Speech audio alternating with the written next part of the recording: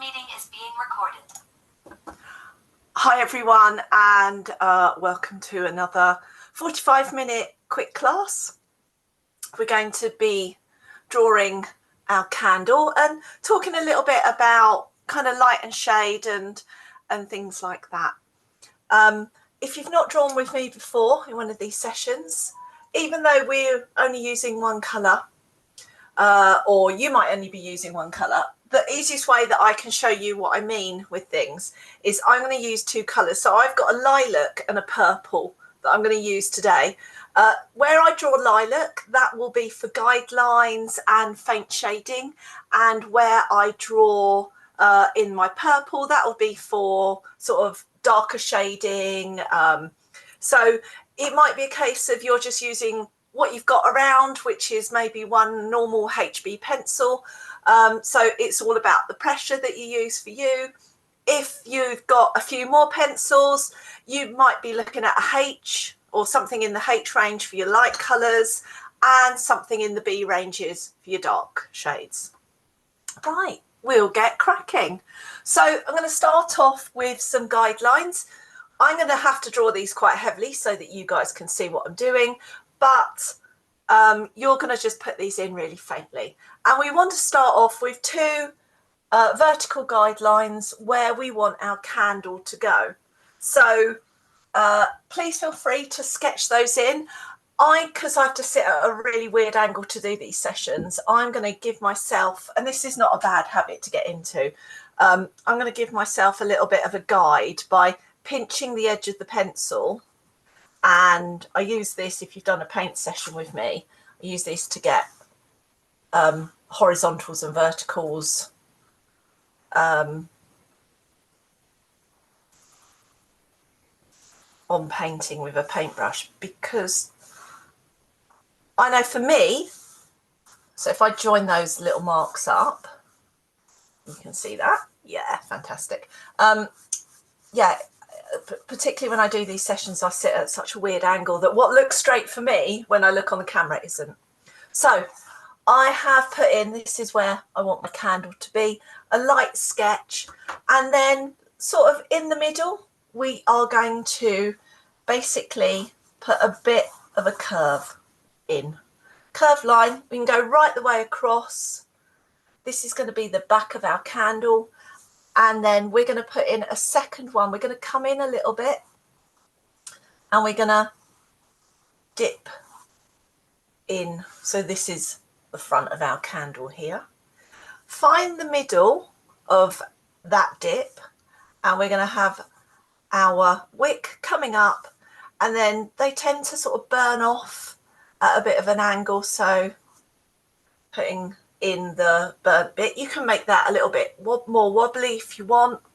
It's up to you. And then just for now, really faintly, we want to put in the shape of our flame. So it might be a case of, for you, you need to put in an oval and then put in our little wisp. So it might be a case of you go kind of put in an, oh, let me go a little bit heavier. So if you do this, if you need an oval to get the shape that you want, do that, but be prepared that you might need a rubber or something to take that top bit out. And then a little bit of a wavy line, it goes deeper towards the oval and then kind of shallower point, almost like a little kind of tadpole shape. So if you have sketched in that oval, just rub that out now because you won't need that again. And then we're going to come down to the lower part of our candle. We've got this candlestick that we can just see the top of. So we want to start off by popping in a couple of guidelines either side. Our candle has got to fit into the middle of that. So our candlestick's going to be wider. And then I've kind of divided this roughly into half again. So I'm going to, and if it helps you, just like we did with the vertical lines, kind of go either side and middle. Whoop, give yourself a horizontal line like that, and then give yourself a curved line, and you'll know that you're nice and even. I'm going to then pop in a second curved line above that, just following the curve that we've just done. Might help you if you pop a little circle, the same size either side, and then we're going to bring that circle back round. So again, if it helps you to get what you want and join that up, pop in a guideline over the back until you get those so that they match. Doesn't have to be perfect. We've got this nice strategically placed drip of wax that's going to kind of hide any bits, so you can swap the side of that if you want to. That's totally up to you. Okay, we've got to pop our wax on now, talking about it, so we're going to do that next. We've got this long drip that's going to come down, and what we want to do is just pop in our guideline. So I've just come in roughly the same width as I did outwards on the candlestick. I'm going to bring a line down like this,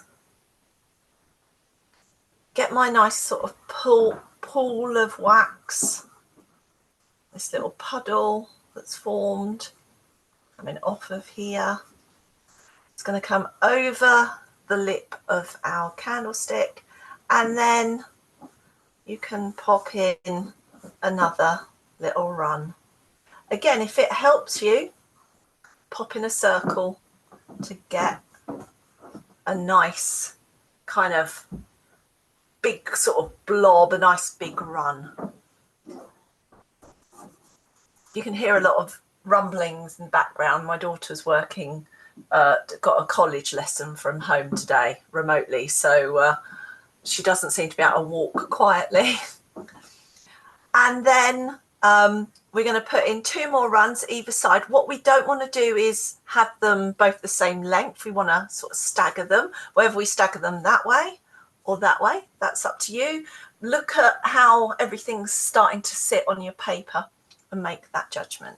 So I'm going to start off again, little circle, maybe make this one a little bit bigger than the lower one, and a smaller circle to one side, and then we're going to take our drip down and go around both these circles and up.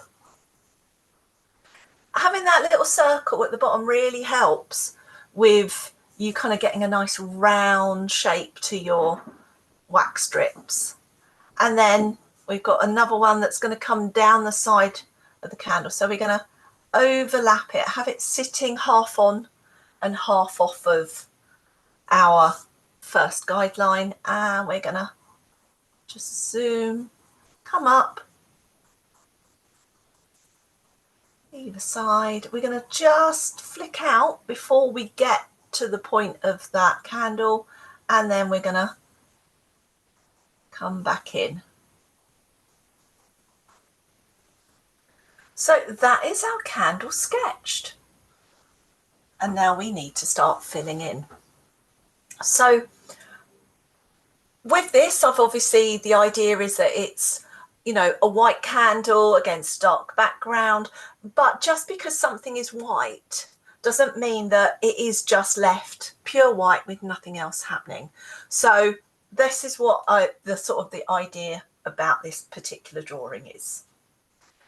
It might help you. I certainly find it helps where maybe where I know something's going to be really, really dark, it might be a case that I find it easier to put that in. So, and kind of it helps me to judge if I'm not sure exactly how light and how dark to go with things. Once you've kind of been doing stuff a bit more, you might want to just start with the light stuff. But I find it helps me see where I'm going and know how much to shade things if I can put a few things that are the darkest areas. So I'm going to pop in. So this is either one of your B pencils or pressing harder. This is your kind of maximum pressure, maximum darkness is going to be this part of your wick. And then as you come up into the flame, I'm going to start to lighten my pressure. So I'm now just got a dark grey. And then by the time I reach the end of my wick, I'm going to be pressing really lightly, or I'm going to switch over to my my H pencil rather than one of my B ones.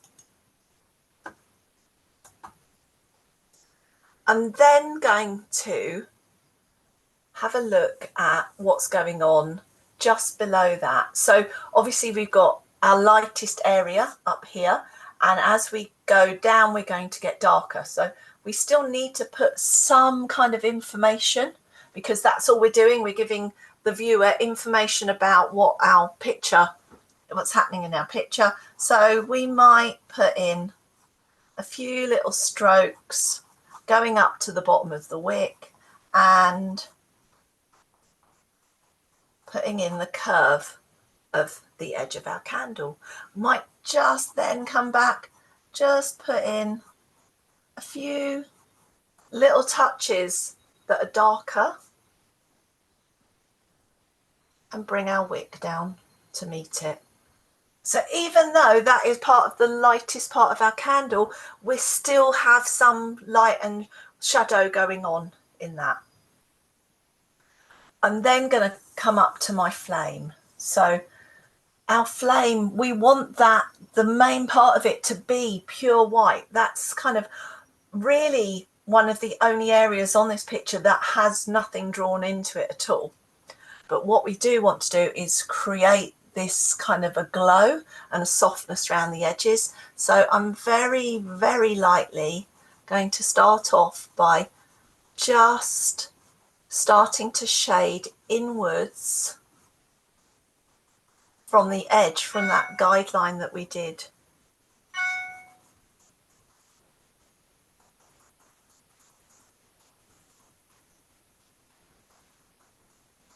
Ever so lightly. I'm not really putting any pressure on at all. I'm just very, very lightly going over. So I'm going to start off by going on the inside, and then I'm going to start to shade outwards. I'm creating like a halo ever so lightly, and I'm going backwards and forwards. So I'm going to end up with a real arm ache with this one. So hopefully you won't, because you're resting on the paper. But if you do this in sections. And it's really worth just going backwards and forwards in this little round motion. I'm really applying the slightest pressure just to keep the pencil, just enough to keep the pencil where I want it to be, and not really pressing down at all. And I'm getting this lovely halo around our candle. Okay. So it might be that at this point you're like, actually, Tony, I'm not sure if I've gone too light. I'm not sure if I've gone too dark. So as I was saying with the wick, if it helps you to put in some shadow, switch back to your darker pencil and kind of come in or apply more pressure. I'm going to leave like a little halo around the wick, and then I'm going to start to just around the area I've just done.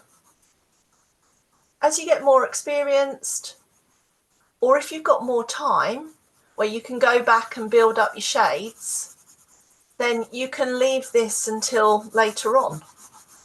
But as I just find that while you're kind of still learning and getting used to drawing with pencils and things like that, it's just really helpful to have an idea of contrast. When you paint, my painting teacher always taught us that you would block areas in so that you can judge, you know, what that you've got the colours right, because you would you know, make sure that the colours sit correctly with each other as to what you're looking at, rather than just painting everything all in one colour, putting loads of details, and then coming back with, say, your background, and suddenly you've realised that you've not quite got the right shade of green. That it looked right on your palette, but now you've got your sky in, it doesn't. So, and you can kind of apply exactly the same thing. So I'm now, just like I did with the paler colour, I'm just hovering around the outside, just shading ever so lightly in and creating that glow. So there's very little pressure compared to the really dark pressure outside. And then you can see whether you've gone too heavy with your candle, like with your flame. You can see whether you've not gone heavy enough and need to add more. It's just gives you an idea before you've gone too far, whether it's working or not, or whether you need to change it. And then where my wick is, I'm just going to ever so lightly shade over. I don't want to lose it like that little halo entirely, but I don't want it to necessarily be there. I just need to be up, but I need to be able to see. So this is a good example of where you still want to, even though it's dark, you still want a bit of contrast. So there we go, and I can,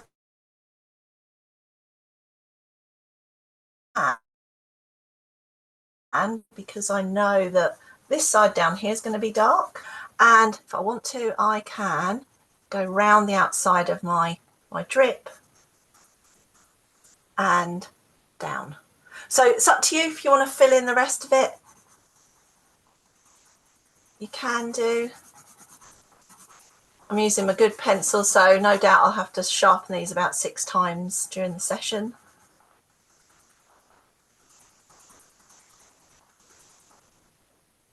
But you can see now that you've got a nice bit of contrast. You can see we've got this white candle, but we don't want it to be as white as the flame. So I'm going to switch back to some light shading, give my hand a bit of a rest, and I'm actually going to give this pencil a little bit of a sharpen.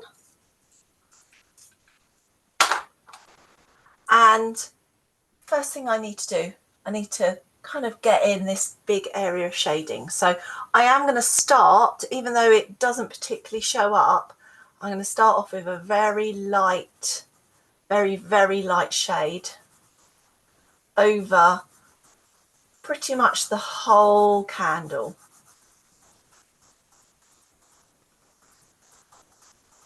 It's barely visible, just like we had no pressure around our little halo up here. I'm gonna, as I come across, I'm going to keep that same pressure, that same light pressure, and you don't have to stick to the lines where your wax is, because we're going to go dark down here. Same light pressure over the drips, because we're going to put more details in those. But as we come over the main body of our candle, it's going to get heavier. So we definitely don't want as much pressure as we had around here, but we're just going to apply a little bit more. So you can see we're starting to get a bit of the sense of this being our only light source. I'm then going to come in to my drips and start to work on some of the shading on those, because those, we want those to look 3D. We want our light source coming from here, coming downwards. So we would have areas like the tops of the drips that would be lighter, and underneath them on the candle we would have shadows. So I'm gonna kind of come in, so this is a sort of medium pressure, come under my candle wax strip up into the body of our candle. This is all going to be in shadow, so I want to put a bit of shadow in, but I don't want to go as dark as I did on the outside. So that's why it's really good to have this kind of darker area in, so you know what you're working with. I've got this shadow coming down either side of this big drip. We're going to have a little bit of a pool of dimple there where it's dipped down and then started to flow around, and then it's going to go over the lip of our candle holder. So we're going to just put in a shadow on the underside of that lip, and then what we do, we go just down the very middle of our drip, leaving a white or very, very pale tip at the bottom. And then the same, so we're going to have this big drip, we're going to have the shadow underneath. We are going to kind of come up, leaving the top of it so that it's got the light shining on it. And we can come up and put a little bit of shadow underneath it, coming down to our big drip. And what I'll do, I'm going to swap pencils now so that you can see what I've done. So I'm going to then a little bit more pressure around the underneath, like that, making it look really nice and full and round. We can put a bit more shadow underneath. So I'm not going as dark as I am outside, apart from right up underneath. I'm just going to sharpen this one again. So you can still use that full range of darkness, even on things that are white. It's just to remember that that darkness is only going to be in small areas. So right under the very darkest point, like that. So you can see we've still got a kind of, it still looks white, but it has got a little bit of depth to it. So I can also just start to put a few more little kind of darker bits in, just slowly for down for this bit, just build it up a little bit at the time, because you don't want to go too dark. We've got this shadow under here, so a little bit more pressure there, and then just under the very top of that, that would be falling into shadow as well. So we might go like that, and we might put in a little bit of shadow on the bottom of the drip.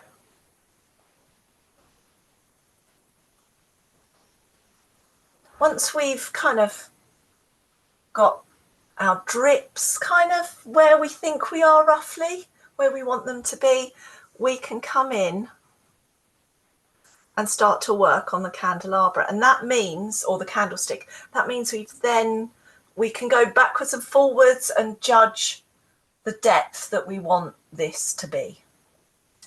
So first thing I'm going to do is put in the outside, the bottom lip. So again, we know that's going to be in shadow, so we can go quite dark with our underneath lines. We are going to come then sketching from our darkest point to about halfway, getting lighter as we go up. Again, the top of our candlestick will have our light source on it. And then in shadow will be either side of our candle. So we're going to start off by darkest areas nearest our candle.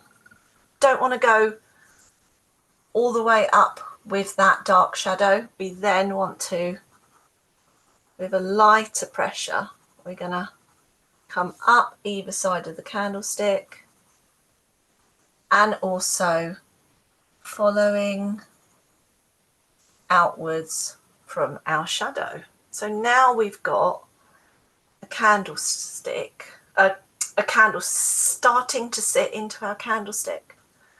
We're going to have a shadow where it kind of pops in like that. And now we really do have what looks like our candle sitting inside something, which is what we're aiming for. Candlestick, I'm going to flare out the top of those guidelines that we did to meet our rim that goes around it. If you want to, again, at this point, you can put in a little bit of background, helps you see where you are.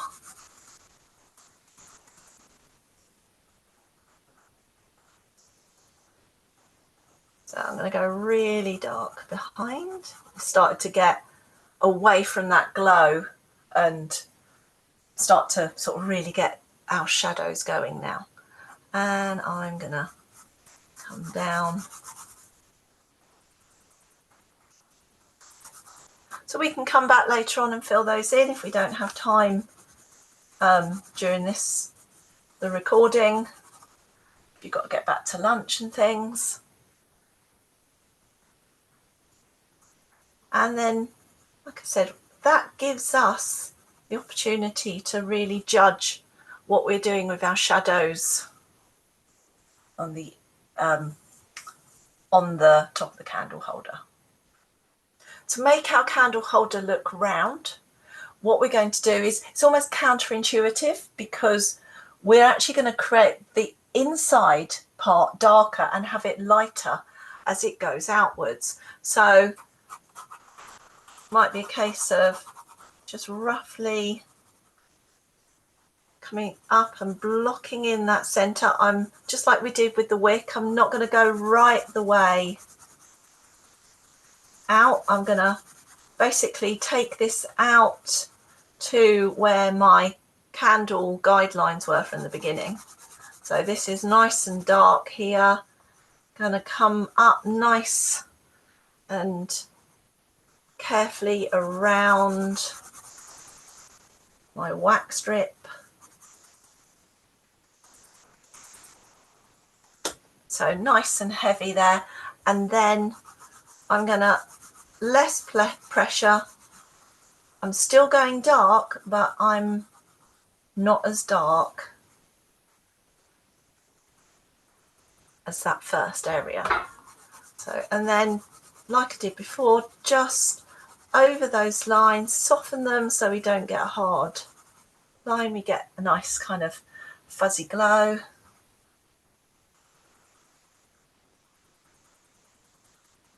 Shade in around. So we're keeping, just like up here where we had it's white, so although we have all the different shades and we still have contrast, it's, you use your dark areas sparingly. And this is kind of similar, even though it's sort of dark, we still got different depths of shadow in here. And that's what makes this kind of picture nice and interesting. It's about learning how far you can push those shadows and those highlights before you obliterate everything completely. So I'm going to come in, I've sharpened my pencil again. I'm going to come in really dark in that middle section. And as I come away from it, I start to apply less pressure again. And this helps to create the impression that our candlestick is round.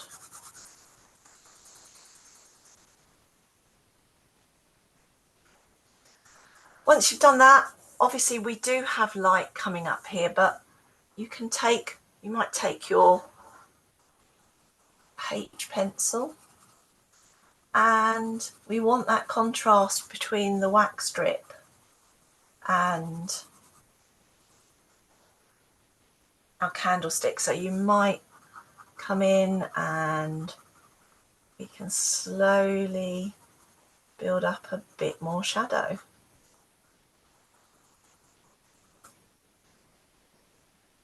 So once you get to that kind of stage, it's quite softly building up your shadows, building up your kind of where you want your highlights to be, where you want your shading to change from maybe a sharp edge on the side of the candlestick like this to lighter areas and soft areas. So I like to, when I'm kind of doing something like this, I like to kind of scribble out my background, have it fading sort of to pretty much nothing. And I just go back and do this a few times, particularly if you've got like really soft pencils that you're using. And I just kind of cross hatch in different directions and just go backwards and forwards, doing smaller areas. Need a pencil sharpen. Small areas again and again and again, gradually building it up, rather than trying to sort of colour something in solidly right from the start.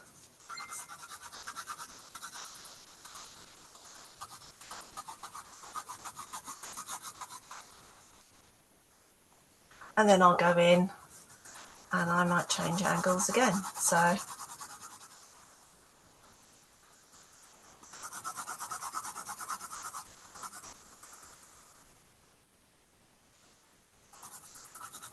the more you go backwards and forwards over it, the more solid it will become. And also you don't have to worry so much about potentially ripping your paper and things like that. So if you're gonna, you know, like do something like this and you want it to put a mount on it, then I would colour the whole thing in. I wouldn't fade it particularly, and I would, if I was using coloured pencils, use different shades in different areas of the picture as well. So if you were, even if you were putting in a black background, you would, you know, still use different shades in with the black, or different shades of black, or you maybe use, you know, like a navy in some areas and a brown in some areas as well. So as you can see, once you've started to really get that background in, that dark background, like this, gives you much more of an idea of what you've got with your candle, and if there's any areas that need a bit more contrast. So, for example, I feel like this bit here is lacking a bit of contrast. So I might come in,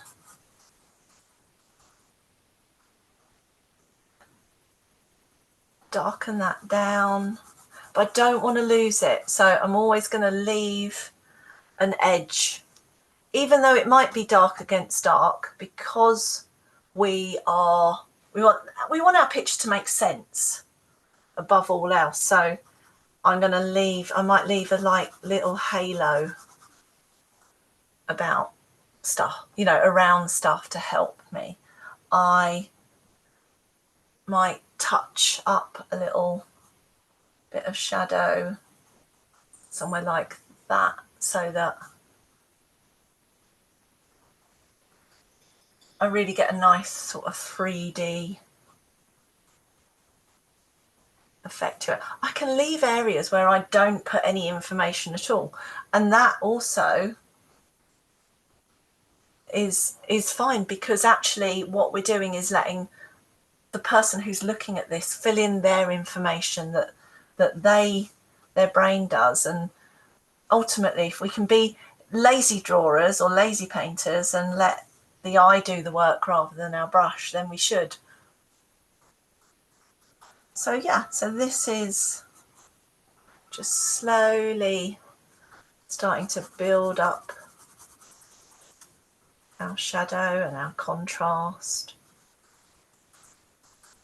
We might darken, contrast a little bit there, or slowly build it up. But I'm sure you, just like me, have been in that situation where you've got something, you're almost happy with it, and you just decide to go in and tweak a bit, and you take it that step too far. So what you want to do is, and it is a hard thing to do, is just when you're kind of there, just be like, no, okay, I'm going to leave that now. I don't need to fiddle with that for the sake of fiddling with it.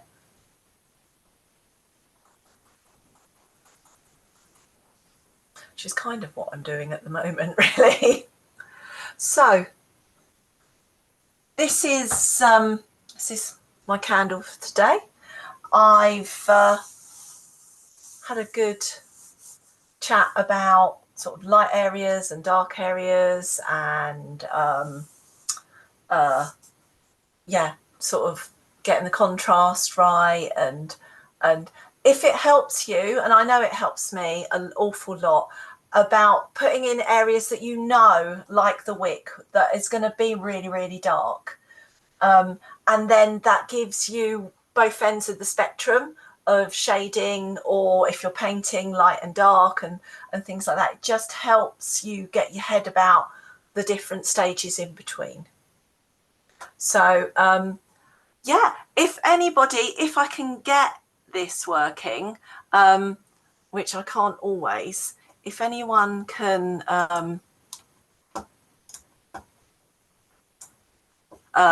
like, if I can get you guys all on screen, I would love to see how you've got on, but I can't always, because I'm working on a browser.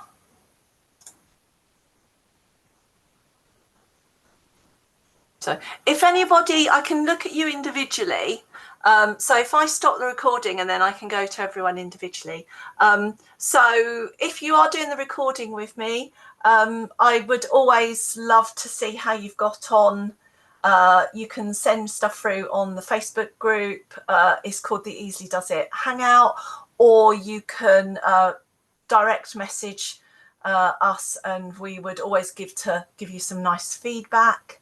Got more of these sessions coming up. There's another free one in November, I think I put in, or December, but I tend to do one free one a month. And then there's lots of the past ones, and in the Easily Does It website, in the recorded sessions, including all our monthly free ones. And I'm going to stop talking and stop recording and have a chat to my live drawers. So hopefully I will see you at another one soon. Bye.